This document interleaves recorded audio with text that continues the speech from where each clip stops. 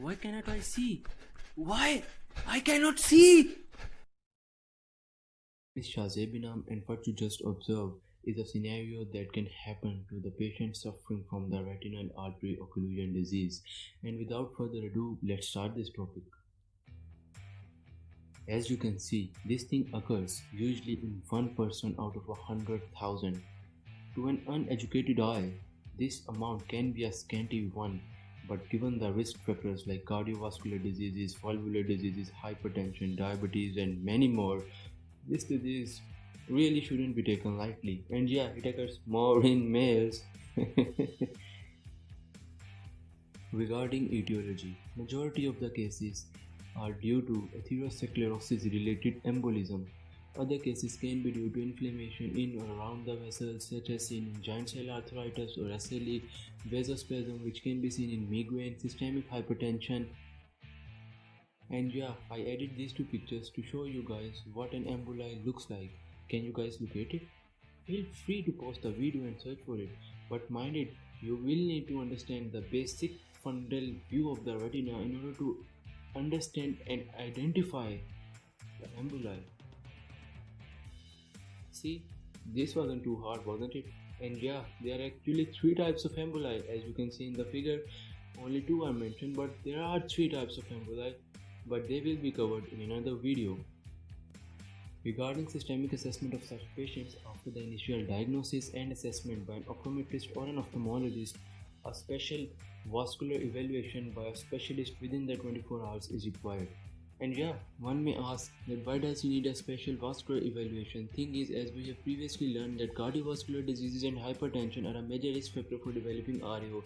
A person suffering from RAO might have an underlying cardiovascular problem which can later be fatal for it.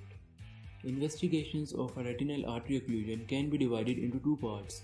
A general ones such as ECG, blood pressure, ESR and CRP, which stands for C-reactive protein, which will help us in telling the underlying causation of the disease, and ocular investigations like fundoscopy, OCT, FA and electroretinography will tell us about the severity of the disease. There are 3 types of retinal artery occlusion: central retinal artery occlusion, branch retinal artery occlusion and cilioretinal artery occlusion. Now let's discuss the branch retinal artery occlusion. Regarding the symptoms of BRAO, sudden, profound, painless, sectorial or altitudinal visual loss is usually observed in branch retinal artery occlusion. This can be asymptomatic for the person if the central vision is spared. This picture beautifully represents the branch retinal artery occlusion. It's a superior retinal artery occlusion at the disc, and changes in the superiorly situated vessels can be noted. Regarding the signs of branch retinal artery occlusion, variable visual acuity and presence of RAPD will be observed. Fundal signs will include cattle croaking, which is otherwise known as box carrying, which is basically the stagnant retinal circulation when observed by the slit lamp, or ground glass appearance of the retina can be observed, or the affected artery will mostly remain attenuated. And this picture represents the infratemporal branch retinal artery occlusion. Using the yellow markers, you can see the emboli and the changes to the vessels and the retina. And yeah, I forgot to tell you what a ground glass appearance of the retina can be like. So here you go. This is a ground glass, and this is what the appearance of the retina will be like. These are the fundus angiographs of branch retinal artery occlusion. Hyperfluorescence is observed where the blockage is not present and blood flow is fine, unlike the hyperfluorescence.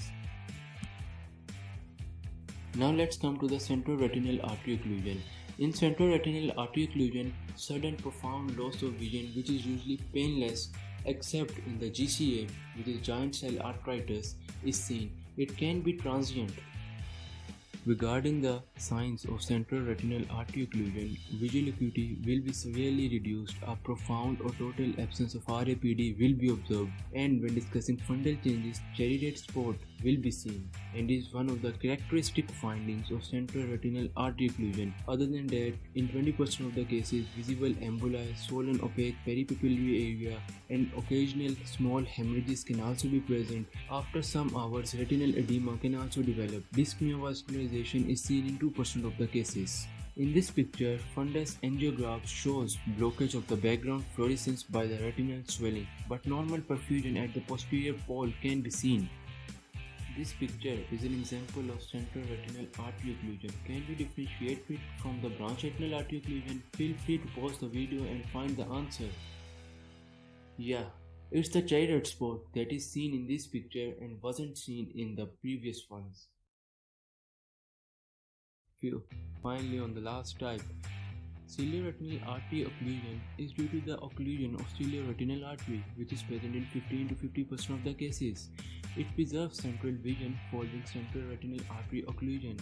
It can either be isolated or combined with central retinal vein occlusion or anterior ischemic optic neuropathy. Yeah, in this figure, an fundus angiography is performed. See that black center? That's hypofluorescence. And what does it entail? Now let's discuss the treatment of the retinal artery occlusion.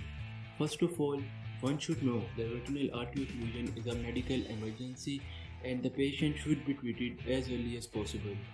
First of all, we should seat the patient in supine posture so that ocular perfusion can increase. The patient should rebreathe into a paper bag. Why should he do so?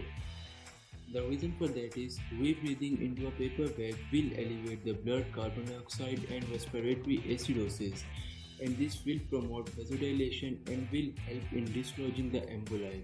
Other than that, topical epaclonidine, timolol and intravenous acetazolamide should be given to reduce the IOP of such patients. Sublingual isosobide nitrate should also be introduced to such patients so that vasodilation can be introduced in them. Ocular massage should be performed. The correct way of ocular massage is given as follows. Breathing of high oxygen 95% and carbon dioxide 5% mixture is usually recommended. Transluminal ND-YAG laser embolysis or embolectomy is usually performed when the embolus is visible. Hyperosmotic agents can also be given to such patients. Regarding the systemic management of this disease, the patient should be referred to a specialist proclinic. Antiplatelet therapy should be started and oral anticoagulants can also be given.